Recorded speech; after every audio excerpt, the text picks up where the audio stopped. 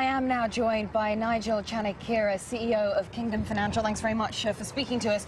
So we saw there in my report an example of those who haven't been able to benefit from investment that is coming into Africa, those who are still living in poverty. When are things going to change for them? I think obviously the trickle-down effects are beginning to manifest now. For example, the penetration in terms of mobile telephony in countries as poverty-stricken, say as Zimbabwe. I mean, we have up to 3.5 million more subscribers this year. That's almost a third of the population in terms of that. And on the back of that, clearly, the capacity to move money and do financial transactions is made so much easier. So access to markets is therefore improving. And I can see the trickle-down benefits. There are trade links being formed. There's a new little company called Big Africa, which is an internet eBay type company.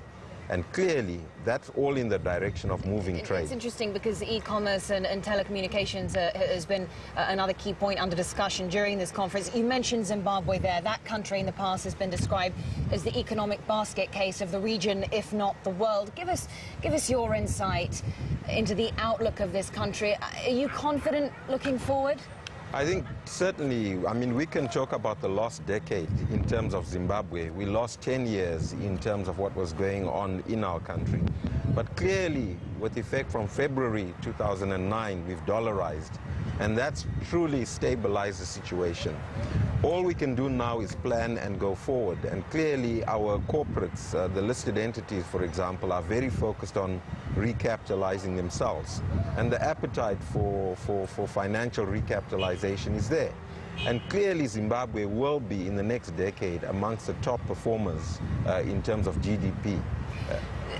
What about, though, the constraints on growth? How much would potential investors perhaps be put off by things like legislation, for example, requiring 51% ownership of all enterprises? I think clearly that is a limiting factor because we are, I guess, on the edge of the precipice, as it were, to fly off, and one wonders whether, in fact, we will not plunge down because of, what is taking place. But clearly, in my perspective, if you look at countries... So the risks are too high for investors? No. Look at companies like Zimplats, the platinum companies, the diamond companies, the telephone companies. They certainly are doing well, in an unfested environment. I think there's been a lot of negative media publicity around that.